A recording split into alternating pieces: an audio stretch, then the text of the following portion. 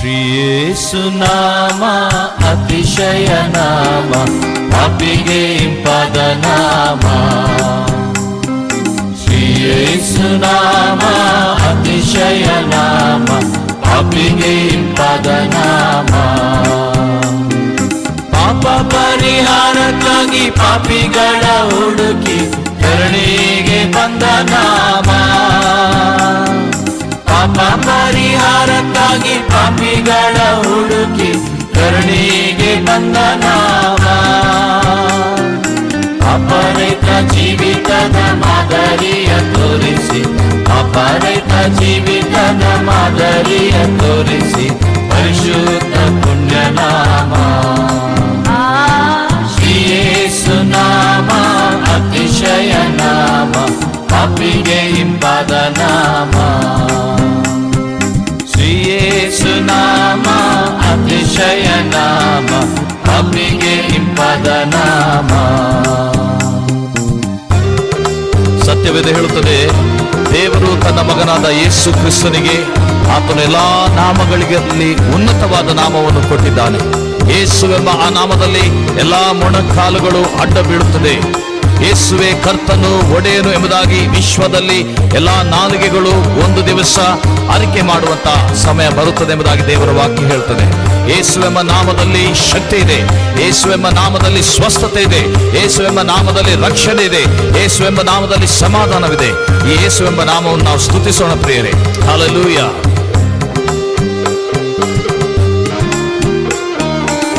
ಬನ್ನಿ ಆತನನ್ನು ಆರಾಧಿಸೋಣ. ಎಲ್ಲ ನಾಮದಲ್ಲಿ ಮೇಲಾದ ನಾಮ ಯೇಸುವಿನ ದಿವ್ಯ ನಾಮ. ಆಮೆನ್. ಎಲ್ಲ ನಾಮದಲ್ಲಿಯೂ ಮೇಲಾದ ನಾಮ ಯೇಸುವಿನ ದಿವ್ಯ ನಾಮ. ಸರ್ವ ಜನರೆಲ್ಲ ಅಡ್ಡ ಬಿದ್ದು ಸ್ತೋತ್ರ ಮಾಡಿ, ಸರ್ವ ಜನರೆಲ್ಲ ಅಡ್ಡ ಬಿದ್ದು ಸ್ತೋತ್ರ ಮಾಡಿ, ಹರ್ಷದಿಂದ ಹಾಡುವ ನಾಮ. ಶ್ರೀಯೇಸು ನಾಮ ಅತಿಶಯ ನಾಮ, ಪಾಪಿಗೆ ಇಂಪಾದ ನಾಮ. ಶ್ರೀಯೇಸು ನಾಮ ಅತಿಶಯ ನಾಮ, ಪಾಪಿಗೆ ಇಂಪಾದ ನಾಮ. ಮನುಷ್ಯರಾದ ನಾವು ದೇವರು ಕೊಡುವಂತಹ ರಕ್ಷಣೆಗೆ ನಾವು ಯೋಗ್ಯರಾಗಿರಲಿಲ್ಲ. ಅನೀತಿವಂತರಾದ ಪಾಪಿಗಳಾದ ನಮ್ಮನ್ನು ದೇವರು ಯೇಸು ಕ್ರಿಸ್ತನು ಹುಡುಕಿ ಆತನು ರಕ್ಷಿಸಲು ಬಂದನು. ದೇವರ ವಾಕ್ಯ ಹೇಳುತ್ತದೆ, ಒಬ್ಬ ಮನುಷ್ಯನು ನೀತಿವಂತನಿಗೋಸ್ಕರವಾಗಿ ಪ್ರಾಣ ಕೊಡಬಹುದು, ಆದರೆ ದೇವರು ತನ್ನ ಪ್ರೀತಿಯನ್ನು ನಮಗೆ ಇದರಲ್ಲಿ ವ್ಯಕ್ತಪಡಿಸಿದ್ದಾನೆ. ಹೇಗೆಂದರೆ, ನಾವು ಇನ್ನೂ ಪಾಪಿಗಳಾಗಿದ್ದಾಗ ನಮಗೋಸ್ಕರವಾಗಿ ಕ್ರಿಸ್ತನು ಕ್ರೂಜೆ ಕಂಬದಲ್ಲಿ ಆತನು ಪ್ರಾಣವನ್ನು ಕೊಟ್ಟನು. ಎಂತಹ ಪ್ರೀತಿ, ಎಂತಹ ದಿವ್ಯ ಪ್ರೀತಿ ಪ್ರಿಯರೇ. ಇಂತಹ ಯೇಸು ಸ್ವಾಮಿಯು ನಮಗೆ ರಕ್ಷಕನಾಗಿರುವುದೆಂತಹ ಭಾಗ್ಯ. ಹಲ್ಲೆಲೂಯಾ.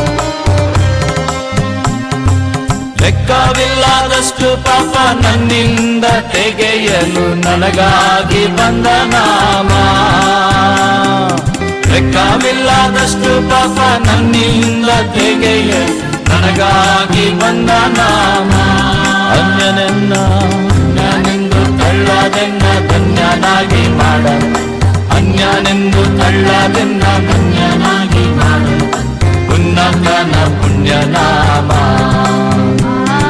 ಶ್ರೀಯೇಸು ನಾಮ ಅತಿಶಯ ನಾಮ, ಪಾಪಿಗೆ ಇಂಪಾದ ನಾಮ. ಶ್ರೀಯೇಸು ನಾಮ ಅತಿಶಯ ನಾಮ, ಪಾಪಿಗೆ ಇಂಪಾದ ನಾಮ. ಎಲ್ಲರೂ ಸೇರಿ ಹಾಡೋಣ.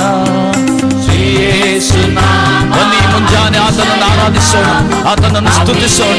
ಬನ್ನಿ ಕರ್ತಾದಿ ಕರ್ತನನ್ನು ದೇವಾದಿ ದೇವರನ್ನು ನಾವು ಸ್ತುತಿಸೋಣ. ಹಲ್ಲೆಲೂಯಾ. ಯೇಸುವೆಂಬ ನಾಮದಲ್ಲಿ ಈ ಕ್ಷಣದಲ್ಲಿ ನಿನ್ನೆಲ್ಲ ರೋಗಗಳು ವಾಸಿಯಾಗುತ್ತದೆ. ಯೇಸುವೆಂಬ ನಾಮದಲ್ಲಿ ಈ ಕ್ಷಣದಲ್ಲಿ ನಿನಗೆ ಶಾಂತಿ ದೊರಕುತ್ತದೆ. ಯೇಸುವೆಂಬ ನಾಮದಲ್ಲಿ ಈ ಕ್ಷಣದಲ್ಲಿ ನಿನ್ನೆಲ್ಲ ಸಮಸ್ಯೆಗಳು ಪರಿಹಾರವಾಗ್ತದೆ. ಶ್ರೀಯೇಸು ನಾಮ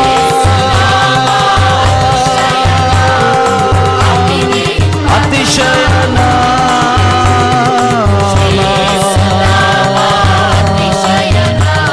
ಎಲ್ಲ ನಾಮದಲ್ಲಿ ಉನ್ನತವಾದ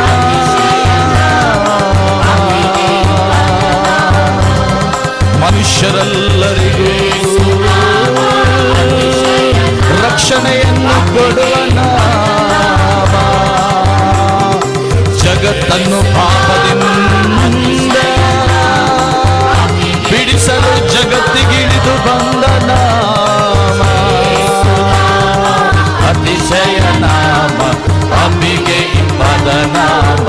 ಬನ್ನಿರೆಲ್ಲರೂ ಆರಾಧಿಸೋಣ. ಶ್ರೀ ಯೇಸು ನಾಮ ಅತಿಶಯ ನಾಮ, ಪಾಪಿಗೆ ಇಂಪಾದ ನಾಮ. ಶ್ರೀ ಯೇಸು ನಾಮ ಅತಿಶಯ ನಾಮ, ಪಾಪಿಗೆ ಇಂಪಾದ ನಾಮ.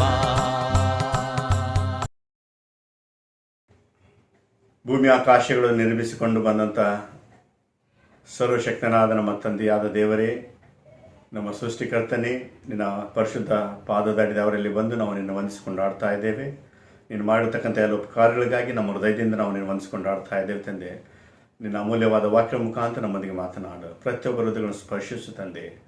ಪ್ರತಿಯೊಬ್ಬರಿಗೆ ಬೇಕಾಗಿರ್ತಕ್ಕಂಥ ಧೈರ್ಯವನ್ನು, ಶಾಂತಿಯನ್ನು, ಸಮಾಧಾನವನ್ನು ದಯಪಾಲಿಸಬೇಕೆಂದು ಬೇಡುತ್ತಾ, ನಿನ್ನ ಆಶೀರ್ವಾದವನ್ನು, ನಿನ್ನ ಪ್ರಸನ್ನತೆಯನ್ನು ನಾವು ಕೋರುತ್ತಾ ಈ ಪ್ರಾರ್ಥನೆ ಯೇಸುವಿನ ದಿವ್ಯ ನಾಮದಲ್ಲಿ ಬೇಡಿ ಹೊಂದಿದ್ದೇವೆ ತಂದೆಯೇ, ಆಮೇನ್. ಕರ್ತನಲ್ಲಿ ಪ್ರಿಯರೇ, ಈ ದಿನದ ವೇದ ಧ್ಯಾನಿಕಾಗಿ ಆರಿಸಿಕೊಂಡಿರ್ತಕ್ಕಂಥ ವೇದ ಭಾಗವು ಶ್ರೀಮತ್ತಾಯನ ಬರೆದ ಸುವಾರ್ತೆ 27ನೇ ಅಧ್ಯಾಯ 3ನೇ ವಚನದಿಂದ 10ನೇ ವಚನವರೆಗೆ ನಾವು ಓದಿಕೊಳ್ಳೋಣ. ಮೊದಲು ಇಂಗ್ಲೀಷ್ ಭಾಷೆಯಲ್ಲಿ ಓದಲ್ಪಡುತ್ತದೆ. ಅದಾದ ನಂತರ ಕನ್ನಡ ಭಾಷೆಯಲ್ಲಿ ಈ ಒಂದು ವಾಕ್ಯಗಳನ್ನು ಓದಿಕೊಳ್ಳೋಣ. ಮತ್ತಾಯನ ಬರೆದ ಸುವಾರ್ತೆ 27ನೇ ಅಧ್ಯಾಯ 1ರಿಂದ 10 ವಚನಗಳು. Gospel according to St. Matthew chapter 27 verse 1 to 10. For today's meditation, the scripture portion is taken from the Gospel according to St. Matthew chapter 27 verse 3 to 10. Judas hangs himself. Then when Judas, his betrayer, saw that Jesus was condemned, he changed his mind and brought back the 30 pieces of silver to the chief priests and the elders, saying, I have sinned by betraying innocent blood. They said, What is that to us? See to it yourself. And throwing down the pieces of silver into the temple, he departed, and he went and hanged himself.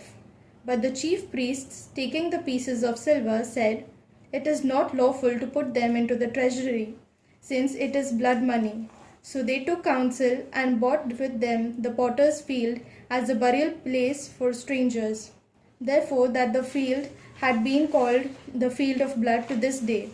That was fulfilled what had been spoken by the prophet Jeremiah, saying, And they took the 30 pieces of silver, the price of him on whom a price had been set by some of the sons of Israel, and they gave them for the potter's field as the Lord directed me. God bless these words. ಮತ್ತಾಯನ ಬರೆದ ಸುವಾರ್ತೆ 27ನೇ ಅಧ್ಯಾಯ 3ರಿಂದ 10 ವಚನಗಳನ್ನು ಓದಿಕೊಳ್ಳೋಣ. ಯೂದನು ಪಶ್ಚಾತ್ತಾಪಪಟ್ಟು ಆತ್ಮಹತ್ಯೆ ಮಾಡಿಕೊಂಡದ್ದು.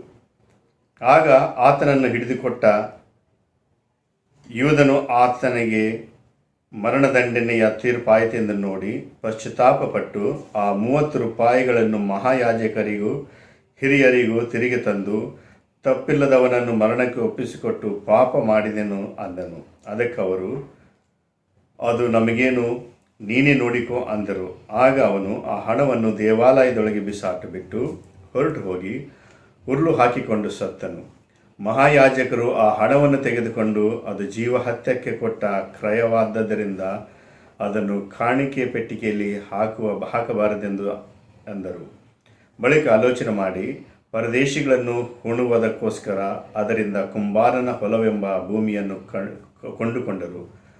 ಈ ಕಾರಣದಿಂದ ಇಂದಿನವರೆಗೂ ಆ ಹೊಲಕ್ಕೆ ಜೀವಹತ್ಯದ ಹೊಲವೆಂಬ ಹೆಸರು ಅದೇ.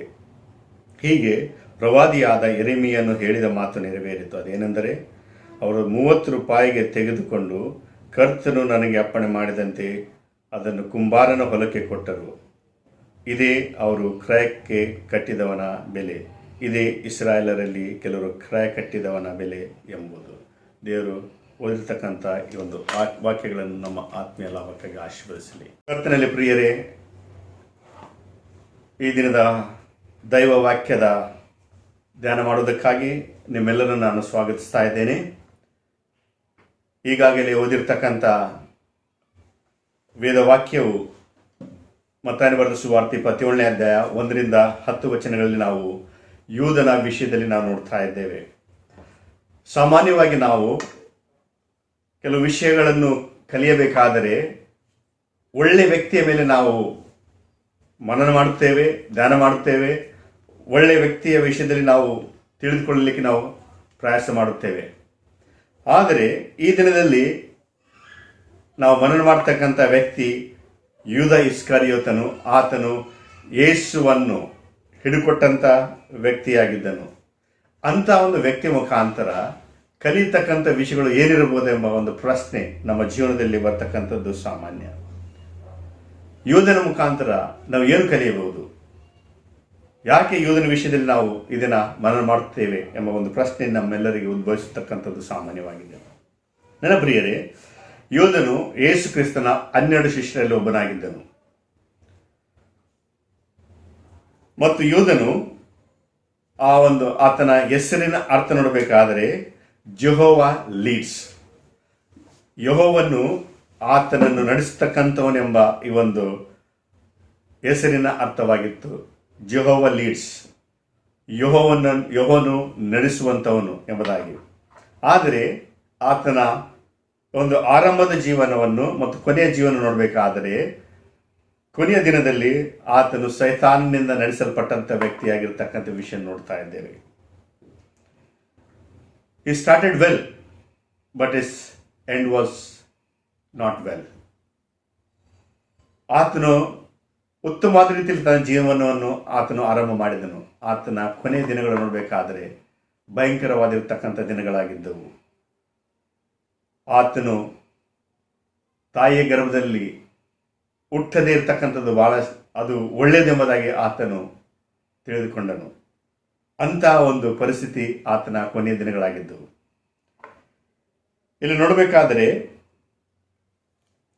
ಮೊದಲನೇದಾಗಿ ಯೂದನ ಒಂದು ಕರೆಯುವಿಕೆ ವಿಷಯದಲ್ಲಿ ನಾವು ನೋಡ್ತಾ ಇದ್ದೇವೆ.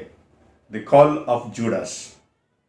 The call of Judas was based upon the grace of God or grace of Jesus Christ. It was the great privilege for Judas. ಯೂದನಿಗೆ ಒಳ್ಳೆಯ ಒಂದು ಆಪರ್ಚುನಿಟಿ ಆಗಿತ್ತು, ಒಳ್ಳೆಯ ಪ್ರಿವಿಲೇಜ್ ಆಗಿತ್ತು. ಯಾಕಂದರೆ ಇಂಥ ಒಂದು ಒಳ್ಳೆಯ ಒಂದು ಆಪರ್ಚುನಿಟಿ ಯಾರಿಗೂ ದೊರಕದ ಈ ಒಂದು ಆಪರ್ಚುನಿಟಿ ಯೂದನಿಗೆ ದೊರಕಿರ್ತಕ್ಕಂಥದ್ದು ಯೂದನಿಗೆ ನಿಜವಾಗಿಯೂ ಆತನಿಗೆ ಆಶೀರ್ವಾದವನ್ನು ತರತಕ್ಕಂಥ ಒಂದು ವಿಷಯವಾಗಿದೆ. ಲೋಕದಲ್ಲಿ ಎಷ್ಟೋ ಜನರಿದ್ದರು. ಎಷ್ಟೋ ಜನರಲ್ಲಿ ಯೇಸು ಕ್ರಿಸ್ತನು 12 ಜನರನ್ನು ಆರಿಸಿಕೊಂಡನು. ಆ 12 ಜನರಲ್ಲಿ ಯೂದನನ್ನು ಸಹ ಆತನು ಆರಿಸಿಕೊಂಡನು. ಯೂದನನ್ನು ಆರಿಸಿಕೊಂಡಿರ್ತಕ್ಕಂಥ ವಿಷಯ, ಯೂದನು ಬಹಳಷ್ಟು ಶ್ರೇಷ್ಠವಾದ ವ್ಯಕ್ತಿಯಾಗಿದ್ದನು ಅಥವಾ ಶ್ರೇಷ್ಠವಾದ ಒಂದು ಟ್ಯಾಲೆಂಟ್ ಆತನಲ್ಲಿತ್ತು ಎಂಬುದಾಗಿ ಇರಲಿಲ್ಲ. ಆದರೆ ಯೂದನು ಸಹ ಎಂಥ ವ್ಯಕ್ತಿ ಎಂಬುದಾಗಿ ಗೊತ್ತಿದ್ದಾಗಿಯೂ ಸಹ ಯೇಸು ಕ್ರಿಸ್ತನು ಆತನನ್ನು ತನ್ನ ಶಿಷ್ಯನಾಗಿ ಆರಿಸಿಕೊಂಡಿರ್ತಕ್ಕಂಥದ್ದು ಅದು ಕೇವಲ ಯೇಸು ಕ್ರಿಸ್ತನ ಕೃಪೆ ಎಂಬುದಾಗಿ ನಾವು ತಿಳಿದುಕೊಳ್ಳುತ್ತೇವೆ. ಯಾಕಂದರೆ ಯೇಸು ಕ್ರಿಸ್ತನು ಯೂದನ ವಿಷಯದಲ್ಲಿ ಆತನು ಮುಂತಿಳಿಸಿದನು. ಅಂದರೆ ಈ ಶಿಷ್ಯರಲ್ಲಿ ಒಬ್ಬರು ನನ್ನನ್ನು ಹಿಡಿದುಕೊಡುತ್ತಾರೆ, ಅದಾದ ನಂತರ ಹೇಳ್ತಾ ಇದ್ದಾನೆ, ನನ್ನ ಒಂದು ಪಾತ್ರೆಯಲ್ಲಿ ಊಟ ಮಾಡುವನು ನನ್ನನ್ನು ಹಿಡಿದುಕೊಡುತ್ತಾನೆ ಎಂಬುದಾಗಿ ಹೇಳಿದನು. ಅದಾದ ಕೊನೆಯದಾಗಿ ನೀನೇ ನನ್ನನ್ನು ಹಿಡಿದುಕೊಡುತ್ತೆ ಎಂಬುದಾಗಿ ಹೇಳಿದನು. ನೋಡಬೇಕಾದ್ರೆ ಯೂದನು ಯೇಸು ಕ್ರಿಸ್ತನನ್ನು ಹಿಡಿದುಕೊಡುತ್ತಾನೆ ಎಂಬುದಾಗಿ ಯೇಸು ಕ್ರಿಸ್ತನಿಗೆ ಮೊದಲು ಗೊತ್ತಿತ್ತು. ಆದಾಗ್ಯೂ ಯೇಸು ಕ್ರಿಸ್ತನು ಯೂದನನ್ನು ಆರಿಸಿಕೊಂಡನು. ನನ್ನ ಪ್ರಿಯರೇ, ನಮ್ಮನ್ನು ಸಹ ದೇವರು ತನ್ನ ಸೇವೆಗಾಗಿ ಆರಿಸಿಕೊಳ್ಳುತ್ತಾ ಇದ್ದಾನೆ. ಆದರೆ ದೇವರು ನಮ್ಮನ್ನು ತನ್ನ ಸೇವೆಯಲ್ಲಿ ಆರಿಸಿಕೊಳ್ತಕ್ಕಂಥ ಉದ್ದೇಶ, ನಾವು ಒಳ್ಳೆಯವರಾಗಿದ್ದೇವೆ, ನಾವು ಯಾವುದೇ ಒಂದು ವಿಷಯದಲ್ಲಿ ನಾವು ಭಾಳಷ್ಟು ಎಕ್ಸ್ಪರ್ಟ್ ಇದ್ದೇವೆ, ಟ್ಯಾಲೆಂಟೆಡ್, ನಾವು ಒಳ್ಳೆ ಟ್ಯಾಲೆಂಟ್ ಇರ್ತಕ್ಕಂಥ ವ್ಯಕ್ತಿ ಆಗಿದ್ದೇವೆ ಎಂಬುದಕ್ಕೆ ಕಾರಣ ಅಲ್ಲ. ಇದು ಯೇಸು ಕ್ರಿಸ್ತನ ಒಂದು ಕೃಪೆ ಎಂಬುದಾಗಿ ನಾವು ಸ್ವೀಕರಿಸೋದಾಗಿದ್ದೇವೆ. God has called you and me not because we are qualified, not because we are righteous, not because we are worthy, just because God's grace. परमेश्वर ने मुझे आपको जो चुना है, इसका कारण ये नहीं कि हमारा जीवन में कोई खासियत है और किसी प्रकार के टैलेंट है कि हम दूसरे व्यक्ति से हम बेहतर है. इस कारण से परमेश्वर ने मुझे और आपको नहीं बुलाया है, परंतु परमेश्वर ने जो अपने कार्य के लिए किसी को भी बुलाया है, हम कुछ भी ना होने के बावजूद भी परमेश्वर ने हमें बुलाया है. यिर्मयाह को भी जो है उनके मातृगर्भ में होते ही यिर्मयाह को परमेश्वर ने चुना है. इसका अर्थ यह होता है कि जो है मातृगर्भ से रहना, इसका मतलब ये है कि जब कि हमारा कोई अच्छा बुरा कोई भी परमेश्वर कोई मायने नहीं रखता है. हम जो भी हालत में है उसी हालत में परमेश्वर मुझे और आपको उनके सेवकाई के लिए इस्तेमाल कर रहा है। उसी प्रकार हम देखेंगे अब्राहम को जब सेवकाई के लिए उन्होंने बुलाया है कि अब्राहम का भी कोई खासियत नहीं था, वो भी एक मूर्ति पूजक था, उनके माता पिता भी मूर्ति पूजक थे, फिर भी परमेश्वर ने अब्राहम को भी चुन लिया है। ऐसे कई लोग को जो बाइबल में देखते हैं कि जब परमेश्वर जब चुनता है कि हमारा कोई खासियत ना होने के बावजूद भी वो हमें चुनता है और हमें प्रेम करता है। Jesus loved while we were yet sinners. यीशु मसीह ने मुझे और आपको हम पापी होने के बावजूद भी हमें प्रेम किया है, हम पापी होने के बावजूद भी हमें उनके सेवा में इस्तेमाल कर रहा है। ये प्रभु का कृपा है। और इस प्रकार का जो मौका है कि परमेश्वर का सेवा करने का, खास करके यूदा को इतना बड़ा मौका मिला था कि 12 शिष्यों में से उसका नाम पुकारा जाता है। इतने अच्छा मौका उन्होंने खोया है सिर्फ चंद सिक्कों के लिए, सिर्फ पैसे के लिए। उन्होंने अपने बहुत बड़ा आशीष को उन्होंने खोया है। मेरे प्यारे भाइयों और बहनों, हमारे जीवन में यीशु मसीह हमें अलग अलग प्रकार के जिम्मेदारी से मुझे और आपको बुलाया है। क्या हम उस जिम्मेदारी को निभाने के लिए हम तैयार हैं? कई बार हमारे जिम्मेदारी को निभाते हुए कई बार परमेश्वर ने जो प्रिविलेज हमें दिया है, उन प्रिविलेजों को कई बार हम नज़रअंदाज करते हैं, नेग्लेक्ट करते हैं और खो देते कई कारणों से। जिस प्रकार यूदा इस्करियोत ने चंद सिक्कों के द्वारा उन्होंने अपना इस आशीष को खोया है, इतना बड़ा प्रिविलेज को खोया है। हो सकता है हमारे जीवन में भी इसी प्रकार का परिस्थिति भी आते होंगे। और कई बार हम ऐसे परिस्थिति में आते हैं, उसके बाद में पश्चाताप करने से भी कोई अर्थ नहीं होता है। जब हमें मौका मिलता है सुधरने के लिए, उस मौके का फायदा उठाना जरूरी है। और यूदा इस्करियोत को भी 3 बार वार्निंग दिया गया है, उनको चेतावनी दिया गया कि वो सुधर जाए, समझ जाए कि अपनी गलती से मुंह फेरे, परंतु उन्होंने इस बात को नेग्लेक्ट किया है। उसके द्वारा बहुत बड़ा आशीष को उन्होंने खोया है। मत्ती रचित सुसमाचार उसका 13वां अध्याय 12वें पद में देखेंगे, Whoever has will be given more, they will have abundance, and whoever does not have will be taken from him. जिसको दिया गया है उसको और भी दिया जाएगा, जिसके पास नहीं है, जो भी है उनके पास वो भी उनसे छीन लिया जाएगा। इसका मतलब यह है परमेश्वर हमें ब्लेस करना चाहता है। अगर उसका सही प्रकार का उपयोग करते हैं उसको और भी दिया जाएगा। यदि उसको सही प्रकार के इस्तेमाल नहीं कर पाते, जो भी उनके पास है वो जो जिम्मेदारी है, वो जिम्मेदारी को परमेश्वर से छीन लेना चाहता है। आइए, जो भी हमारे जीवन में परमेश्वर ने जिम्मेदारी दिया है, जो भी कारण से परमेश्वर ने मुझे और आपको बुलाया है, उसको फेथफुल रहते हुए ईमानदारी के साथ, सच्चाई के साथ हम रहने के लिए हम कोशिश करेंगे। ಮೊದಲನೇದಾಗಿ ನಾವು ಯೂದನ ಕರೆಯುವಿಕೆ ವಿಷಯದಲ್ಲಿ ನೋಡ್ತಾ ಇದ್ದೇವೆ। ಎರಡನೇ ಪಾಯಿಂಟ್ ನೋಡಬೇಕಾದ್ರೆ ಯೂದನ ಉದ್ದೇಶ, ಯಾಕೆ ಯೂದನು ಯೇಸು ಕ್ರಿಸ್ತನ ಶಿಷ್ಯರಲ್ಲಿ ಒಬ್ಬರಾಗಿ ಆತನು ಕಾರ್ಯ ಮಾಡುವುದಕ್ಕಾಗಿ ಬಂದನೆಂಬ ಉದ್ದೇಶ ನೋಡಬೇಕಾದ್ರೆ ಆತನ ಉದ್ದೇಶವು ಹಣದ ಮೇಲಿರ್ತಕ್ಕಂಥ ವಿಷಯ ನೋಡ್ತಾ ಇದ್ದೇವೆ। ಎಲ್ಲಿ ನಿನ್ನ ಗಂಟು ಅಲ್ಲಿ ನಿನ್ನ ಮನಸ್ಸು ಎಂಬ ವಿಷಯವನ್ನು ನಾವು ನೋಡ್ತಾ ಇದ್ದೇವೆ। ಮತ್ತಾಯನ ಬರೆದ ಸುವಾರ್ತೆ 6ನೇ ಅಧ್ಯಾಯ 19ರಿಂದ 21 ವಚನಗಳವರೆಗೆ ನೋಡ್ತಾ ಇದ್ದೇವೆ। Where your money there your will. ನನ್ನ ಪ್ರಿಯರೇ, ಯೋಹಾನನ ಸುವಾರ್ತೆ 12ನೇ ಅಧ್ಯಾಯ 1ರಿಂದ 8 ವಚನಗಳಲ್ಲಿ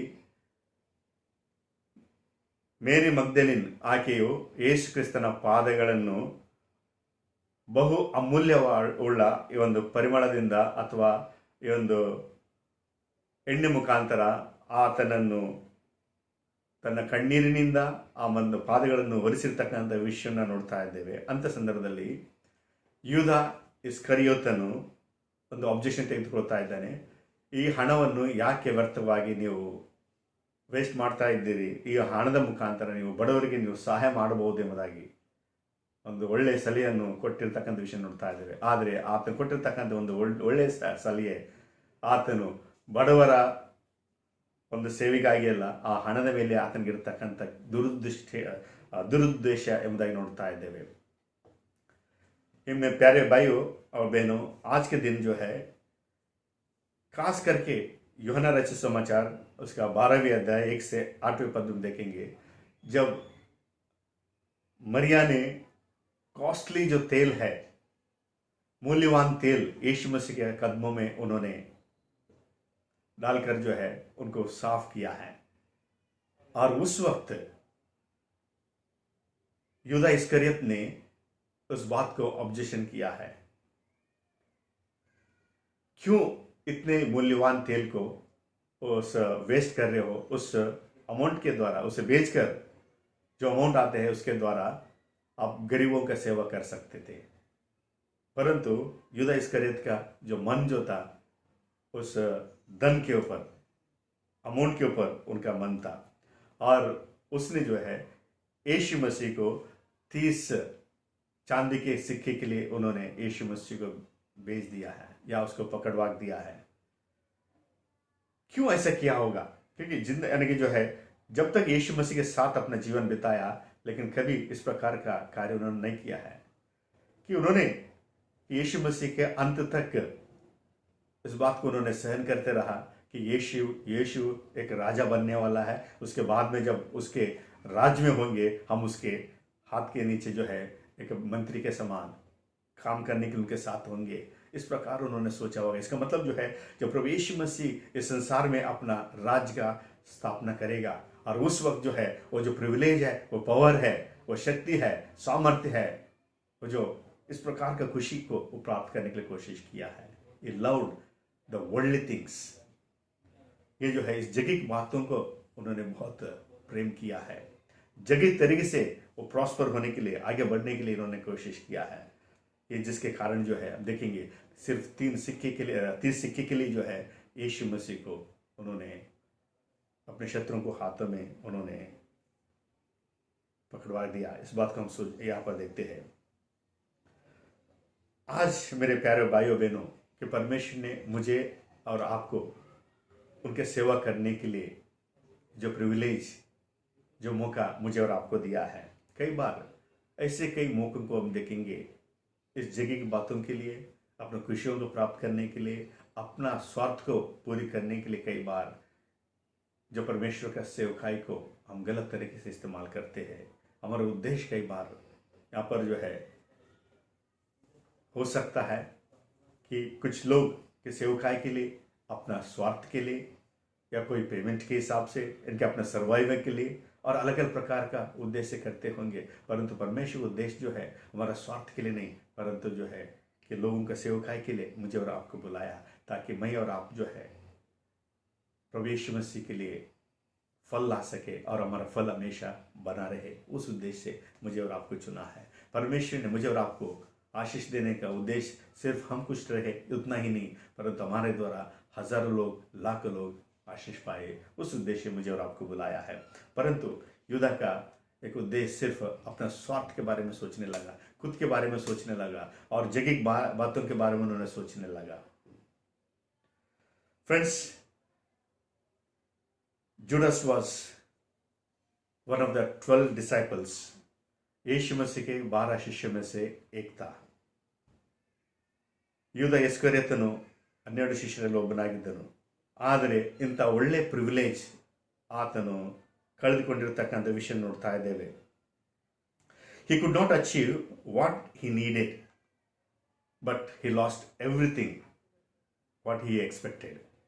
ಆತನು ತನ್ನ ಜೀವನದಲ್ಲಿ ಬಹಳಷ್ಟು ಆಶೀರ್ವಾದಗಳನ್ನು ಪಡೆಯುವಂಥ ಒಂದು ಆಶೆಯಿಂದ ಆತನು ಯೇಸು ಕ್ರಿಸ್ತನಿಂದ ಆತನ ಶಿಷ್ಯನಾಗಿ ಆತನು ಹೊರಟಿರ್ತಕ್ಕಂಥ ವಿಷಯ ನೋಡ್ತಾ ಇದ್ದೇವೆ. ಆ ಒಂದು ಆತನ ಒಂದು ಉದ್ದೇಶವು ಕೊನೆಯಲ್ಲಿ ನೋಡ್ತಾ ಇದ್ದ ದಿನಗಳಲ್ಲಿ ಪೂರ್ಣವಾಗದಿರತಕ್ಕಂಥ ವಿಷಯ ನೋಡ್ತಾ ಇದ್ದೇವೆ. Lord believed in his eyes and choice rather than God. ಲೋಟನು ಸಹ ಆತನು ತನ್ನ ಕಣ್ಣಿಗೆ ಕಾಣ್ತಕ್ಕಂಥ ಈ ಒಂದು ಪ್ರಾಸ್ಪೆರಿಟಿ ವಿಷಯದಲ್ಲಿ ಆತನು ಯೋಚನೆ ಮಾಡಿದನು. ಅದೇ ರೀತಿಯಲ್ಲಿ ಆತನ ಒಂದು ಚಾಯ್ಸ್, ಬೆಸ್ಟ್ ಚಾಯ್ಸ್ ಎಂಬುದಾಗಿ ಆತನು ತಿಳಿದುಕೊಂಡನು. ಆದರೆ ಆತ ಮಾಡಿರ್ತಕ್ಕಂಥ ಚಾಯ್ಸ್ ಸರಿಯಾದದ್ದಾಗಿರಲಿಲ್ಲ. ಆತನ ದೇವರ ಮೇಲೆ ಆತನು ಆತ್ಕೊಂಡಿರದೆ ಆತನ ತನ್ನ ಸ್ವಂತ ಕಣ್ಣಿನ ಮೇಲೆ ತನ್ನ ಸ್ವಂತ ಒಂದು ಎಕ್ಸ್ಪೀರಿಯನ್ಸ್ ಮೇಲೆ ಆತನು ಆತ್ಕೊಂಡವನಾಗಿ ಆತನು ಮಾಡಿರ್ತಕ್ಕಂಥ ಚಾಯ್ಸ್ ಕೊನೆಗೆ ನೋಡ್ತಾ ಇದ್ದೇವೆ. ಆತನು ಎಲ್ಲವನ್ನು ಪಡೆದನೆ ಎಂಬುದಾಗಿ ತಿಳಿದುಕೊಂಡಿದ್ದನು. ಆದರೆ ಆತನು ಕೊನೆಯ ದಿನಗಳಲ್ಲಿ ನೋಡ್ತಾ ಇದ್ದೇವೆ, ಆತನು ತನ್ನ ಮಕ್ಕಳನ್ನು ಕಳೆದುಕೊಂಡನು, ಆತನ ಪತ್ನಿಯನ್ನು ಕಳೆದುಕೊಂಡನು. ಆತನು ನೋಡಬೇಕಾದ್ರೆ ತನ್ನ ಹಣವನ್ನು ಕಳೆದುಕೊಂಡು ಎಲ್ಲವನ್ನು ಕಳೆದುಕೊಂಡಿರ್ತಕ್ಕಂಥ ವಿಷಯ ನೋಡ್ತಾ ಇದ್ದೇವೆ. ಆತನು ತನ್ನ ಒಂದು ಸಂಬಂಧ ಅಬ್ರಹಾಮನ ಜೊತೆಗೆ ಇರ್ತಕ್ಕಂಥ ಸಂಬಂಧವನ್ನು, ದೇವರೊಂದಿಗೆ ಇರ್ತಕ್ಕಂಥ ಸಂಬಂಧವನ್ನು ಸಹ ಹಣದ ಕಾರಣ ಅಥವಾ ಒಂದು ಪ್ರಾಸ್ಪೆರಿಟಿ ಕಾರಣ ಆತನು ಕಳೆದುಕೊಂಡಿರ್ತಕ್ಕಂಥ ವಿಷಯ ನೋಡ್ತಾ ಇದ್ದೇವೆ. ನನ್ನ ಪ್ರಿಯರೇ, ಎಷ್ಟೋ ಸಂದರ್ಭದಲ್ಲಿ ನಾವು ಮಾಡ್ತಕ್ಕಂಥ ಚಾಯ್ಸ್ ನಾವು ಈ ಲೌಕಿಕ ದೃಷ್ಟಿಯಿಂದ ಇರ್ತದೋ ಅಥವಾ ದೇವರ ದೃಷ್ಟಿಯಿಂದ ಈ ಒಂದು ಚಾಯ್ಸ್ ಇರ್ತದೆ ಎಂಬುದಾಗಿ ನಾವು ಯೋಚನೆ ಮಾಡ್ತಕ್ಕಂಥ ಬಹಳಷ್ಟು ಇಂಪಾರ್ಟೆಂಟ್ ನೋಡ್ತಾ ಇದ್ದೇವೆ. ನಾವೆಷ್ಟೋ ಸಂದರ್ಭ ನೋಡ್ತಾ ಇದ್ದೇವೆ, ಆತನು ಕೊನೆಯವರೆಗೆ ಆತನು ಯೇಸು ಕ್ರಿಸ್ತನೊಂದು ಸೇವಕನಾಗಿ ಅಥವಾ ಶಿಷ್ಯನಾಗಿದ್ದನು. ಆದರೆ ಕೊನೆಯ ದಿನಗಳಲ್ಲಿ ಆತನು 30 ಸಿಲ್ವರ್ ಕಾಯಿನ್ಗಳ ಮುಖಾಂತರ ತನ್ನ ಸ್ವಾಮಿಯನ್ನು ಆತನು ಮಾರಿಕೊಂಡನು ಅಥವಾ ಕಳೆದುಕೊಂಡನು ಅಥವಾ ಹಿಡಿದುಕೊಟ್ಟನು ಎಂಬುದಾಗಿ ನೋಡ್ತಾ ಇದ್ದೇವೆ. ಕೇವಲ 30 ರೂಪಾಯಿ ಆಸೆಗಾಗಿ ತನ್ನ ಸ್ವಾಮಿಯನ್ನು ಕಳೆದುಕೊಂಡಿರ್ತಕ್ಕಂಥ ವಿಷಯ ನೋಡ್ತಾ ಇದ್ದೇವೆ. ಅದೇ ರೀತಿ ನಾವು ಸ್ವಲ್ಪ ಈ ಒಂದು ಸ್ವಾರ್ಥಕ್ಕಾಗಿ ನಾವು ದೇವರಿಂದ ನಮ್ಮ ಸಂಬಂಧವನ್ನು ನಾವು ಕಳೆದುಕೊಳ್ತಾ ಇದ್ದೇವೆ. ದೇವರು ಕೊಟ್ಟಿರ್ತಕ್ಕಂಥ ಈ ಒಂದು ಕರೆಯುವಿಕೆ ನಾವು ಕಳೆದುಕೊಳ್ತಾ ಇದ್ದೇವೆ. ಇವು ನಮ್ಮ ಒಂದು ಸ್ಪಿರಿಚುವಲ್ ಸ್ಟ್ಯಾಟಸ್ ಆಗಲಿ, ಒಂದು ನಮ್ಮ ಒಂದು ಸ್ಥಿತಿಯನ್ನು ನಾವು ಕಳೆದುಕೊಳ್ಳುವವರಾಗಿದ್ದೇವೆ. ದೇವರ ಆಶೀರ್ವಾದವನ್ನು ನಾವು ಸ್ವಲ್ಪ ವಿಷಯಗಳಿಗಾಗಿ ನಾವು ಕಳೆದುಕೊಳ್ತಾ ಇದ್ದೇವೆ. ಯೇಸುವನ್ನು ಸಹ ಅದೇ ರೀತಿಯಲ್ಲಿ ಆತನು ತನಗೆ ಸಿಕ್ಕಿರ್ತಕ್ಕಂಥ ಒಂದು ಬರ್ತ್ ರೈಟ್ ಅಂದರೆ ಮನೆಯ ಒಂದು ಹಿರಿಯವನಾಗಿ ಆತನು ಜೀವಿಸ್ತಕ್ಕಂಥ ಒಂದು ಒಳ್ಳೆಯ ಅಧಿಕಾರವನ್ನು ಆತನು ಕೇವಲ ತನ್ನ ಒಂದು ಶಾರೀರಿಕ ಆಶೆಯನ್ನು ನೀಗಿಸುವುದಕ್ಕಾಗಿ ಆತನು ಉಪಯೋಗಿಸತಕ್ಕಂಥ ನೋಡ್ತಾ ಇದ್ದೇವೆ. ಅದೇ ರೀತಿಯಲ್ಲಿ ನಾವು ನೋಡಬೇಕಾದರೆ by betraying Jesus, Judas showed how much person can be deprived and fall to earn money.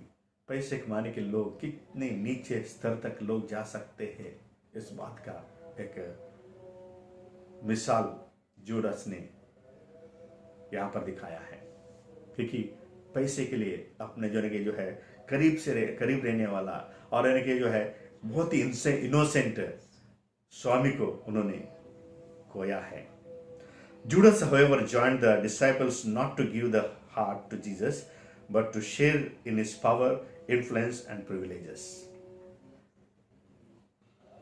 यूदास ने जो देखेंगे, यूदा ने कि शिष्यों का इस बैंड में और इन ग्रुप में इसलिए कि ज्वाइन हुआ ताकि उनको यीशु मसीह के साथ मिलने वाला हर प्रकार का कहने के जो है पावर और इन्फ्लुएंस है, उसका प्रिविलेजेस है, उनके इन्फ्लुएंस है, सारे बातों का यानी कि जो प्रिविलेज जो है यूदा को मिलेगा, ये उद्देश्य से उनका इसमें ज्वाइन हुआ है. इसी प्रकार जो है कई बार हो सकता है कई लोग, मैं ये नहीं कहता कि सभी लोग जो है, हमें से कुछ लोग ये भी हो सकता है कि जो है जब हम मिनिस्ट्री में ज्वाइन करते हैं कि हमारे उद्देश्य जो है कि हमारा स्वार्थ भरी उद्देश्य हो सकता है कि हमारा देखेंगे जिस प्रकार यूदास का यानी कि उद्देश्य जो है यानी कि जैगिक इच्छाओं को पूरी करने के लिए उन्होंने अपना स्वामी को उन्होंने खोया है. हो सकता है हमारा स्वार्थ को प्राप्त करने के लिए, चाहे फाइनेंशियल हो या पोजीशन हो, चाहे कोई भी तरीके से क्यों ना हो सकता है उन उद्देश्यों को पूरी करने के लिए कई बार हम लोग मिनिस्ट्री को ज्वाइन किया होगा.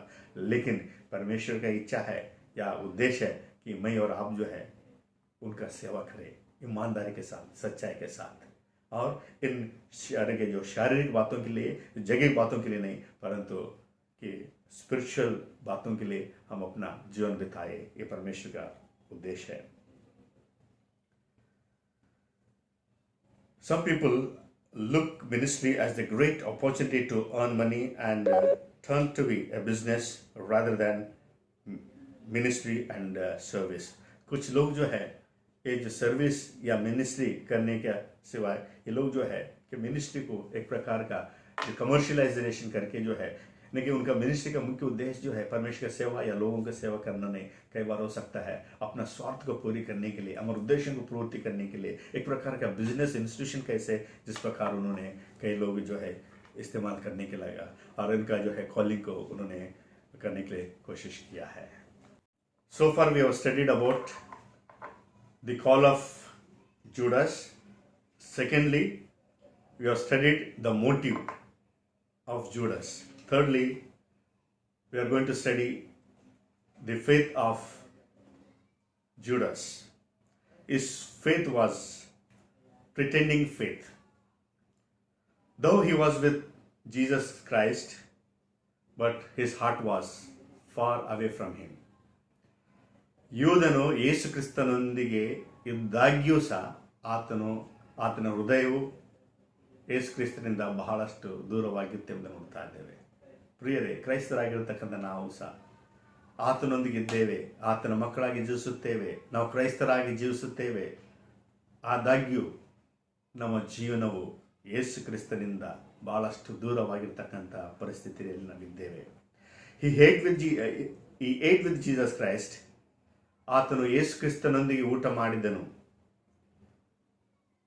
ಅದಾದ ನಂತರ ನೋಡ್ತಾ ಇದ್ದೇವೆ, ಯೇಸು ಕ್ರಿಸ್ತನನ್ನು ತನ್ನ ಮುದ್ದಿನಿಂದ ಆತನನ್ನು ಹಿಡಿಕೊಡುವುದಕ್ಕಾಗಿ ಆತನು ಪ್ರಯತ್ನ ಮಾಡಿರ್ತಕ್ಕಂಥ ವಿಷಯ ನೋಡ್ತಾ. ಈ ಎರಡು ವಿಷಯಗಳು ನೋಡಬೇಕಾದ್ರೆ ಯೇಸು ಕ್ರಿಸ್ತನ ಒಂದೇ ಆತನ ಪಾತ್ರೆಯಲ್ಲಿ ಆತನು ಕೈ ಹದ್ದಿ ಆತನು ಊಟ ಮಾಡಿರ್ತಕ್ಕಂಥ ವಿಷಯ ನೋಡ್ತಾ ಇದ್ದೇವೆ. ಅಂದರೆ ಆತನು ಯೇಸು ಕ್ರಿಸ್ತನೊಂದಿಗಿದ್ದಾನೆ, ಯೇಸು ಕ್ರಿಸ್ತನ ಪ್ರೀತಿ ಮಾಡುತ್ತಾನೆ ಎಂಬುದಾಗಿ ಆತನು ಕೇವಲ ಆಕ್ಟಿಂಗ್ ಮಾಡಿರ್ತಕ್ಕಂಥ ವಿಷಯ ನೋಡ್ತಾ ಇದ್ದೇವೆ. ಅದೇ ರೀತಿಯಲ್ಲಿ ಯೇಸು ಕ್ರಿಸ್ತನನ್ನು ಹಿಡಿದುಕೊಡ್ತಕ್ಕಂಥ ಸಂದರ್ಭದಲ್ಲಿ ಆತನು ಮುದ್ದು ಕೊಟ್ಟು ಆತನ ಸ್ವಾಮಿಯನ್ನು ಆತನ ಹಿಡಿದುಕೊಟ್ಟಿರ್ತಕ್ಕಂಥ ವಿಷಯ ನೋಡ್ತಾ ಇದ್ದೇವೆ. ಈ ಎರಡು ವಿಷಯಗಳ ಮುಖಾಂತರ ನೋಡಬೇಕಾದ್ರೆ ಯೇಸು ಕ್ರಿಸ್ತನಿಗೆ ತನಗಿರ್ತಕ್ಕಂಥ ಪ್ರೀತಿಯನ್ನು ಕೇವಲ ತೋರಿಗೆ ಮಾತ್ರ ಆತನ ಪ್ರೀತಿಯನ್ನು ತೋರಿಸಿದನು.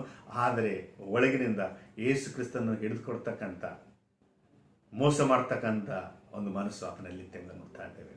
ಅದೇ ರೀತಿ ಕ್ರೈಸ್ತರಾಗಿರ್ತಕ್ಕಂಥ ನಾವು ನೋಡುವುದಕ್ಕಾಗಿ ಮಾತ್ರ ಒಳ್ಳೆ ಕ್ರೈಸ್ತರ ಜೀವನ ಜೀವಿಸುತ್ತೇವೆ. ಆದರೆ ನಮ್ಮ ನಿಜ ಜೀವನವನ್ನು ಪರೀಕ್ಷೆ ಮಾಡಿಕೊಂಡು ನೋಡುವುದಾದರೆ ನಾವು ಯೋಧನಂತೆ ನಾವು ಯೇಸು ಕ್ರಿಸ್ತನಿಂದ ನಮ್ಮ ಹೃದಯ ಬಹಳಷ್ಟು ದೂರವಾಗಿರ್ತಕ್ಕಂಥ ವಿಷಯ ನೋಡ್ತಾ ಇದ್ದೇವೆ. ಯೇಸು ಕ್ರಿಸ್ತನ ಮೇಲೆ ಇರ್ತಕ್ಕಂಥ ಪ್ರೀತಿಗಿಂತ ಆತನಿಂದ ದೊರಕತಕ್ಕಂಥ ಮಾನ ಮರ್ಯಾದೆ ಮತ್ತು ಎಲ್ಲ ವಿಧವಾದ ಪ್ರಿವಿಲೇಜಸ್ ಇವುಗಳ ಮೇಲೆ ನಾವು ಹೆಚ್ಚಿನ ಒಂದು ಪ್ರಾಧಾನ್ಯತೆ ಕೊಡುವುದನ್ನು ನೋಡ್ತಾ ಇದ್ದೇವೆ. हम सभी लोग कई बार जो है ऐसा महसूस करते हैं कि हम जो है हमारा जीवन के द्वारा, हमारे जो मसीह जीवन के द्वारा हम लोगों के सामने ऐसा प्रकट करते हैं कि जो है हम प्रभु यीशु मसीह को बहुत प्यार करते हैं. हमारे गीतों के द्वारा, हमारे वचनों के द्वारा, हमारा जो स्पिरिचुअल एक्टिविटीज़ के द्वारा, चर्च एक्टिविटीज़ के द्वारा, सारे बातों के द्वारा लोगों को ये दिखाना चाहते हैं कि हम प्रभु यीशु मसीह को बहुत प्रेम करते हैं. परंतु हकीकत में जो है कि हमारा प्रायोरिटी जो है हमारा खुद का हो सकता है.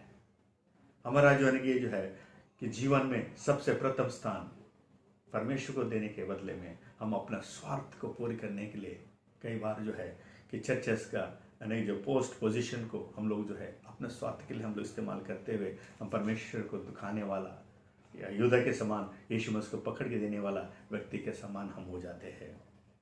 We pretend to be good and righteous person, but our real life is so far away from our claim.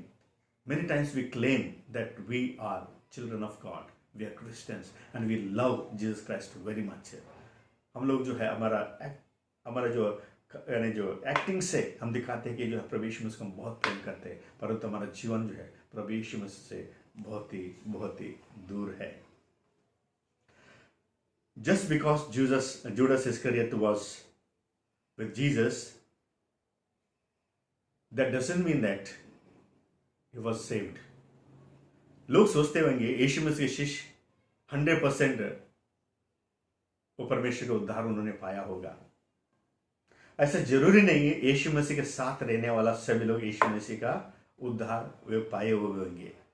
उसी प्रकार जो है क्या कोई पासवान होने के कारण या कोई चर्च के कमेटी के मेंबर होने के कारण या कोई यानी कि जो चर्च में बहुत अच्छा यानी कि एक्टिव रोल अदा करने के कारण कई बार हम सोचते हैं कि जो है हम परमेश्वर के बहुत करीब है, परमेश्वर का उद्धार हमें मिला है. परंतु परमेश्वर का उद्धार मिलने का ये जो यानी कि जो क्राइटेरिया जो है सिर्फ उनके साथ रहना नहीं, परंतु उनकी इच्छा के अनुसार चलना बहुत इम्पोर्टेंट है.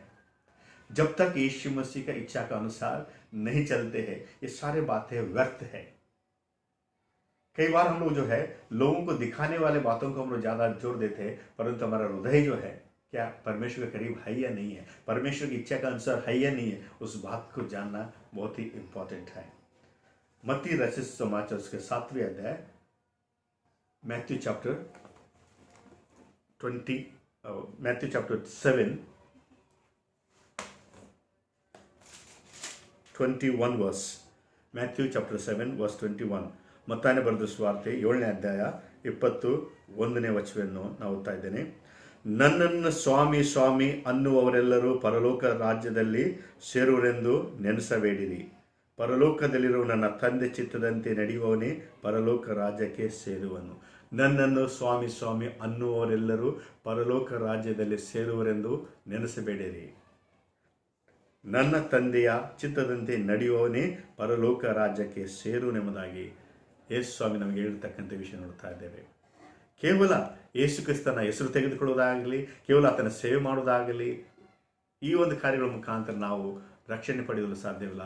ಆತನು ನಮ್ಮ ಸ್ವಂತ ರಕ್ಷಕನಾಗಿ ಸ್ವೀಕರಿಸಿ ಆತನ ಚಿತ್ತದಂತೆ ನಡೆಯುವವನೇ ಪರಲೋಕ ರಾಜ್ಯದಲ್ಲಿ ಸೇರುವನೆಂಬುದಾಗಿ ಹೇಳ್ತಕ್ಕಂಥ ವಿಷಯ ನೋಡ್ತಾ ಇದ್ದೇವೆ.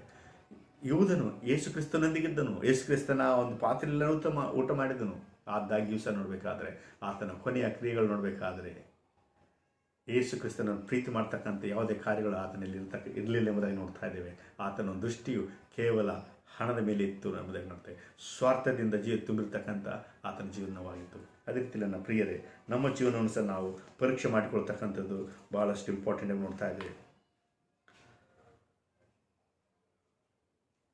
ಅದೇ ರೀತಿಯಲ್ಲಿ ಯೇಸು ಕ್ರಿಸ್ತನು ತನ್ನ ಶಿಷ್ಯನಾಗಿರ್ತಕ್ಕಂಥ ಯೂದನಿಗೆ ಕೊನೆಯ ರಾತ್ರಿ ಭೋಜನ ಮಾಡ್ತಕ್ಕಂಥ ಸಂದರ್ಭದಲ್ಲಿ ಆತನೊಂದಿಗಿರ್ತಕ್ಕಂಥ ಎಲ್ಲ ಶಿಷ್ಯರಿಗೆ ಹೇಳ್ತಾ ಇದ್ದಾನೆ, ನಿಮ್ಮಲ್ಲಿ ಒಬ್ಬನು ನನ್ನನ್ನು ಹಿಡ್ಕೊಡುವನೆಂಬುದಾಗಿ.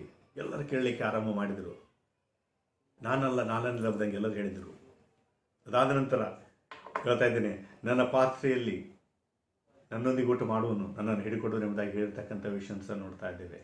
ಆದಾಗ್ಯೂ ಸಹ ಯೂದನು ತನ್ನ ತಪ್ಪನ್ನು ಒಪ್ಪಿಕೊಳ್ಳಲಿಲ್ಲ. ಯೇಸು ಕ್ರಿಸ್ತನ ಮುಂದೆ ಆತನ ತಪ್ಪನ್ನು ಒಪ್ಪಿಕೊಳ್ಳಬಹುದಾಗಿತ್ತು, ಅದನ್ನು ಒಪ್ಪಿಕೊಳ್ಳಲಿಲ್ಲ. ಅದಾದ ನಂತರ ಹೇಳ್ತಾ ಇದ್ದೇನೆ, ಕೊನೆಯದಾಗಿ ನೀನೇ ಈ ಒಂದು ನನ್ನ ಹಿಡಿಕೊಳ್ಳುವುದೆಂಬುದಾಗಿ ಹೇಳಿದಂಥ ಸಂದರ್ಭದಲ್ಲಿ ಆ ಸ್ಥಳದಿಂದ ಆತನು ಎದ್ದೋಗಿರ್ತಕ್ಕಂಥ ವಿಷಯ ನೋಡ್ತಾ ಇದ್ದೇವೆ.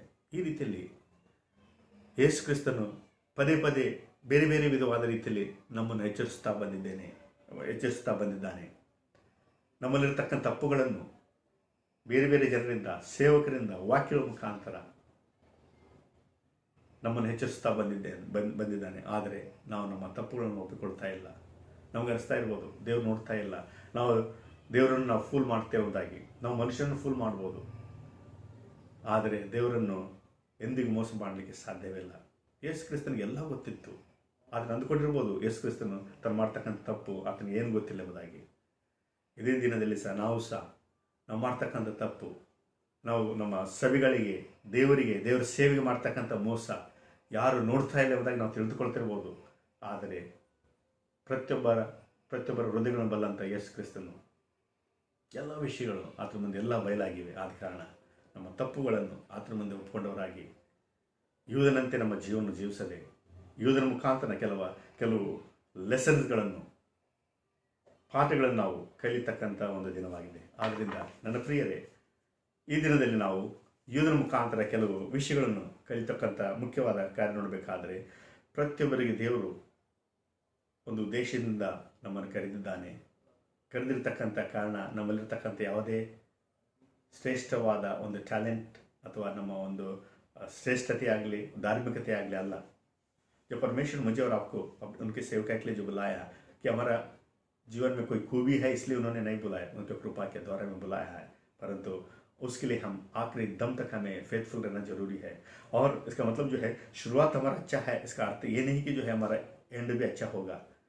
यहाँ पर हम देखेंगे उन्होंने अपने जीवन यीशु मसीह के साथ अच्छा बिताया, लेकिन आखिरी दिनों में जो है यीशु मसीह को पकड़वा कर अपने जीवन को एक शिष्य का इस रिश्ते को उन्होंने खो लिया है। कई बार हम जो है हो सकता हम अच्छे काम करने के बाद में भी छोटा सा गलती के कारण, छोटा स्वार्थ के कारण जो है, लालच के कारण, कई प्रकार का लालच है, मैं इस बात के बारे में डीपली मैं बताना नहीं चाहता हूँ, लेकिन हमारे जीवन में कई प्रकार का लालच हमारे जीवन में है। छोटा सा लालच के कारण जो है हम बहुत बड़ा परमेश्वर के आशीष को हम खो रहे हैं। यदि इस प्रकार का कोई लालच मेरे दिल में और आपके दिल में यदि है तो आज हमें जांचना जरूरी है, और उस लालच को, इस जगह बातों को हम सभी लोग प्रभु के सामने कबूल करना जरूरी है। और उसके बाद में देखेंगे we need to rethink and reevaluate our motive, कि हमारा उद्देश्य क्या है हमारा सेवा करने का। चाहे चर्च में हो, as a pastor, as a layman, as a committee member, जो भी जिम्मेदारी परमेश्वर ने दिया है, कि हमारा उद्देश्य क्या है, क्या परमेश्वर के उद्देश्य के अनुसार क्या मैं अपने सेवा कर रहा हूँ या नहीं है, इस बात को आज जांचना जरूरी है। उसके बाद में देखेंगे परमेश्वर कई बार हमें मौका देता है, मौका ही नहीं परंतु वार्निंग भी देता है, और उन वार्निंग को समझना बहुत इम्पोर्टेंट है। कई बार जो है ऐसा लगता है कि मैंने ऐसे गलत काम करके मैंने मेरा जंग जीत लिया है, लेकिन जो है जीती हुई जंग हारने में समय नहीं लगता है। युद्ध इस्करियत को लगा अपने जंग को उन्होंने जीत लिया है। अंत में हम देखेंगे जो भी उन्होंने कमाया था 30 सिक्का उसको एंजॉय नहीं कर पाया है।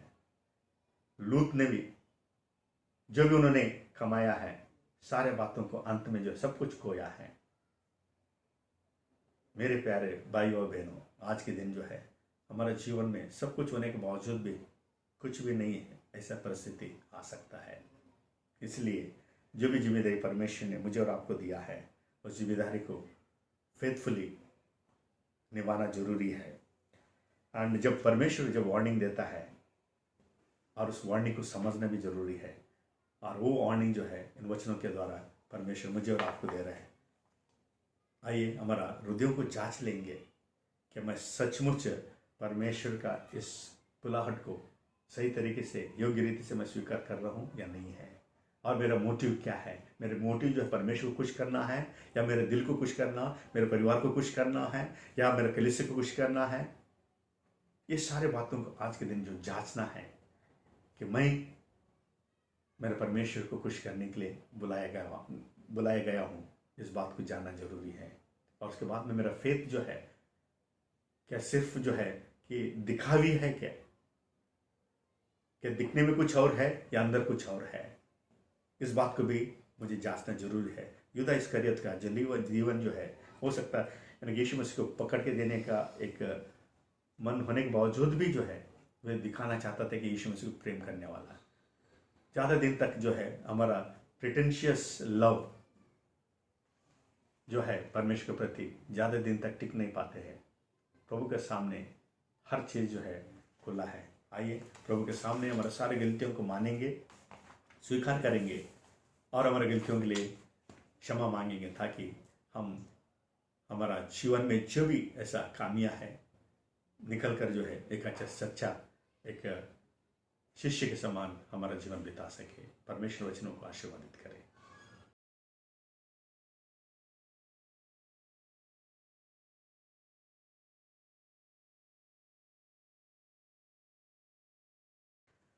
ಪವಿತ್ರನಾದ ತಂದೆ, ನಿನ್ನ ಪವಿತ್ರ ಸ್ಥಾನದಲ್ಲಿ ಬಂದು ನಾವು ನಿನ್ನ ವಂದಿಸಿ ಕೊಂಡಾಡ್ತಾ ಇದ್ದೇವೆ. ಹೌದು ತಂದೆಗೆ, ನಮ್ಮನ್ನು ನಿನ್ನ ಸೇವೆಗಾಗಿ ಕರೆದಿದ್ದಿ ತಂದೆ. ನಮ್ಮಲ್ಲಿ ಯಾವುದೇ ವಿಧವಾದ ಶ್ರೇಷ್ಠವಾದ ಟ್ಯಾಲೆಂಟ್ ಇಲ್ಲದಾಗಿಯೂ ತಂದೆ ನೀನು ನಮ್ಮನ್ನು ನಿನ್ನ ಸೇವೆಯಲ್ಲಿ ಉಪಯೋಗಿಸ್ತಾ ಬಂದಿದ್ದಿ. ಅದಕ್ಕಾಗಿ ನಮ್ಮ ಹೃದಯದಿಂದ ನಾವು ವಂದಿಸಿಕೊಂಡು ಆಡ್ತಾ ಇದ್ದೇವೆ. ಇದು ನಿನ್ನ ಕೃಪೆ ಮುಖಾಂತರ ಎಂಬುದಾಗಿ ನಾವು ಸ್ವೀಕರಿಸುತ್ತಾ ಇದ್ದೇವೆ.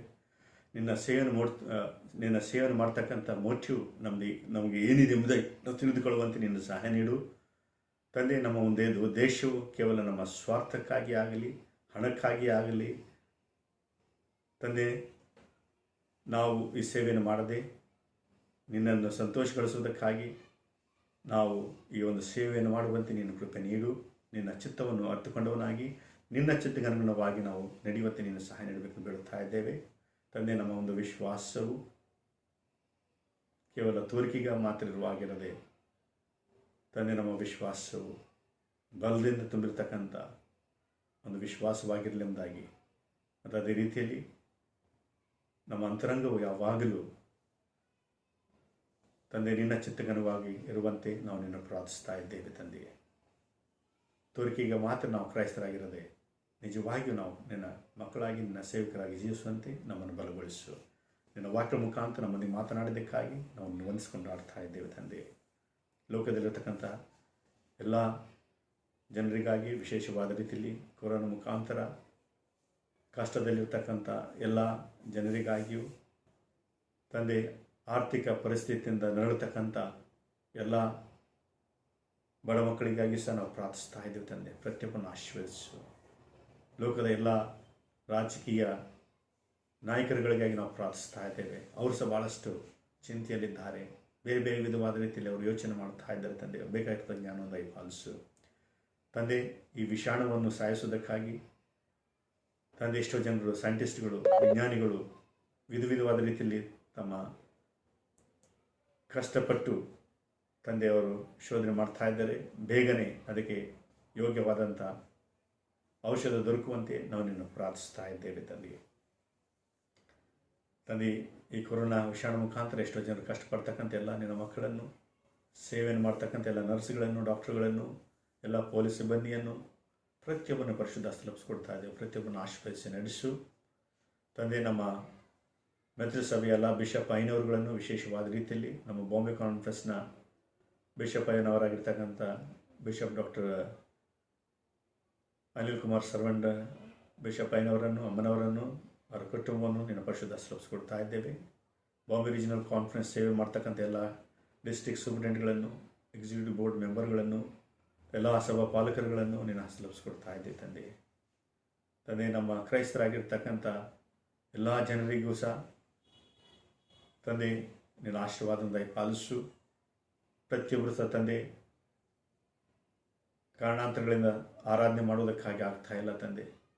ಆದಾಗ್ಯೂ ಸಹ ತಂದೆ ಪ್ರತಿಯೊಬ್ಬರಿಗೆ ನಿನ್ನ ವಾಕ್ಯಗಳು ತಲುಪುವಂತೆ ನೀನು ಸಹಾಯ ನೀಡಬೇಕೆಂದು ಬೇಡ್ತಾ ಇದ್ದೇವೆ ತಂದೆ. ಕಷ್ಟಪಡ್ತಕ್ಕಂಥ, ಆಹಾರವಿಲ್ಲದೆ ನರಳತಕ್ಕಂಥ ಎಲ್ಲ ನಿನ್ನ ಮಕ್ಕಳನ್ನು ಸಹ ನೀವು ಪರಿಶುದ್ಧ ಸ್ಥಳಪಿಸ್ಕೊಡ್ತಾ ಇದ್ದೇವೆ. ಪ್ರತಿಯೊಬ್ಬರಿಗೆ ಬೇಕಾಗಿರ್ತಕ್ಕಂಥ ಆಹಾರವನ್ನು ದಯಪಾಲಿಸಿ ಅವರನ್ನು ತೃಪ್ತಿಗೊಳಿಸಬೇಕೆಂದು ಬಿಡ್ತಾ ಇದ್ದೇವೆ. ಪ್ರತಿಯೊಬ್ಬ ಕಷ್ಟದಲ್ಲಿರ್ತಕ್ಕಂಥ ನಿನ್ನ ಮಕ್ಕಳನ್ನು ಪರಿಶುದ್ಧ ಸ್ಥಳಪಿಸ್ಕೊಡ್ತಾ ಇದ್ದೇವೆ. ಪ್ರತಿಯೊಬ್ಬರನ್ನು ಆಶೀರ್ವದಿಸು. ನಿನ್ನ ವಾಕ್ಯ ಮುಖಾಂತರ ನಮ್ಮನ್ನು ತೃಪ್ತಿಗೊಳಿಸಿದ್ದಕ್ಕಾಗಿ ನಾವು ಹೊಂದಿಸ್ತಾ ಇದ್ದೇವೆ. ಪ್ರಾರ್ಥನೆಯನ್ನು ಯೇಸುವಿನ ದಿವ್ಯ ನಾಮದಲ್ಲಿ ಬೇಡಿ ಹೊಂದಿದ್ದೇವೆ ತಂದೆಯೇ, ಆಮೇನ್. ಪರಲೋಕದಲ್ಲಿ ನಮ್ಮ ತಂದೆಯೇ, ನಿನ್ನ ನಾಮವು ಪರಿಶುದ್ಧವೆಂದೆನಿಸಲ್ಪಡಲಿ, ನಿನ್ನ ರಾಜ್ಯವು ಬರಲಿ, ನಿನ್ನ ಚಿತ್ತವು ಪರಲೋಕದಲ್ಲಿ ನೆರವೇರುವ ಪ್ರಕಾರ ಭೂಲೋಕದಲ್ಲಿ ನೆರವೇರಲಿ. ನಮ್ಮ ಅನುದಿನದ ಆಹಾರವನ್ನು ಇವತ್ತು ನಮಗೆ ದಯಪಾಲಿಸಿಕೊಡು. ನಮಗೆ ತಪ್ಪು ಮಾಡಿದ್ರೆ ನಾವು ಕ್ಷಮಿಸುವಂತೆ ನಮ್ಮ ತಪ್ಪನ್ನು ಕ್ಷಮಿಸು. ನಮ್ಮನ್ನು ಶೋಧನೆಗೆ ಸೇರಿಸಿದ ಕೇಳಿಂದ ತಪ್ಪಿಸು. ಯಾಕಂದರೆ ರಾಜ್ಯವು, ಬಲವು, ಮಹಿಮೆಯು ಸದಾಕಾಲನದೇ ಸ್ವಾಮಿ, ಆಮೇನ್.